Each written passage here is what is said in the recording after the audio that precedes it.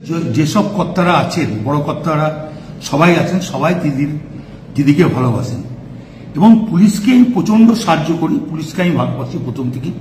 Police বিপদে পড়লে পুলিশের পাশে আমি দাঁড়াই। পুলিশকে গাল দেওয়ার কথা আমি কোনদিন ভাবতেই পারি না। পুলিশকে গাল কেউ যদি দেয় আমি তাকে অপমান করি, এটা আমার বরাবরকার স্বভাব। এবং পুলিশের যখনই যে কোনো এসপি হোক, এসডিপি হোক, অ্যাডিশনাল এসপি হোক, যারা আমাকে যখনই যা বলেছে যে এটা দেখে দিন, আমি দেখে দিয়েছি।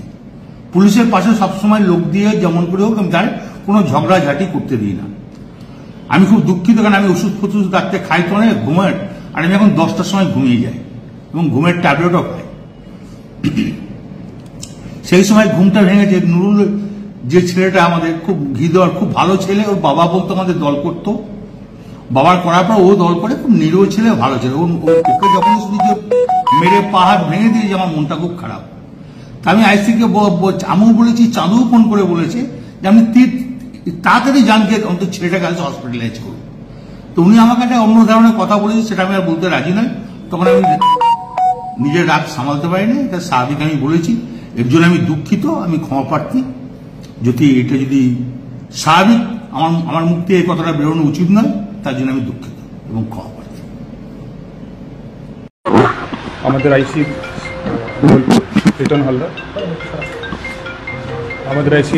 লিটন হালদার উনি কমপ্লেন করেছেন কি 2 দিন আগে ওনাকে একজন এখানে লোকাল নেতা ওভার টেলিফোন ভার্বাল অ্যাবিউজ করেছেন। রিগার্ডিং দ্যাট এই ঘটনার ক্ষেত্রে আমরা একটা এফআইআর স্পেসিফিক স্টার্ট করেছি। অ্যান্ড তারপরে আমরা এই ঘটনাতে যত স্ট্রং লিগ্যাল অ্যাকশন নেওয়ার দরকার আছে সেটা আমরা নিচ্ছি। অ্যাজ পার ল, আইন অনুযায়ী যা যা অ্যাকশন নেওয়ার আছে আমরা সব অ্যাকশন নেব। That is it. ঠিক আছে, হ্যাঁ, কেস আপনাকে জানিয়ে দিচ্ছি আমরা। কেস আমরা একটু পরে জানিয়ে দিচ্ছি আপনাদেরকে। ঠিক আছে,